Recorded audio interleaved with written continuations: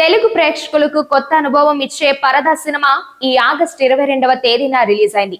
ఈ సినిమా కథ ఒక గ్రామీణ ప్రాంతంలో మూఢనమ్మకాల వల్ల మహిళలు ఎదుర్కొంటున్న సమస్యల చుట్టూ తిరుగుతుంది.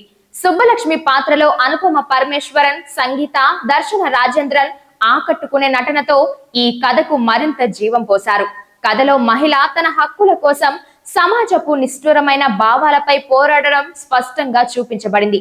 ఫస్ట్ హాఫ్ ఎంగేజింగ్ గా, ఆడియో విజువల్ హైలైట్స్ గా బాగానే ఉన్నా సెకండ్ హాఫ్ కొంత స్లోగా సాగిందని నెటిజన్లు వ్యాఖ్యానించారు. యూనిక్ కాన్సెప్ట్, గ్రామీణ నేపథ్యం, మహిళా చైతన్యం ఈ మూడు అంశాలతో పరద కొత్త తరహా సినిమా ప్రేమికులకు ఒక్కసారి చూడదగ్గ ఆప్షన్ గా నిలిచింది.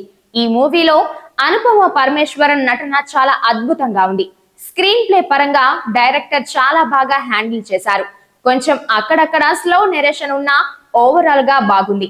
రేటింగ్ 5కి 3 ఇవ్వచ్చు. నాకైతే నచ్చింది. మీకు నచ్చుతుందని అనుకుంటున్నా.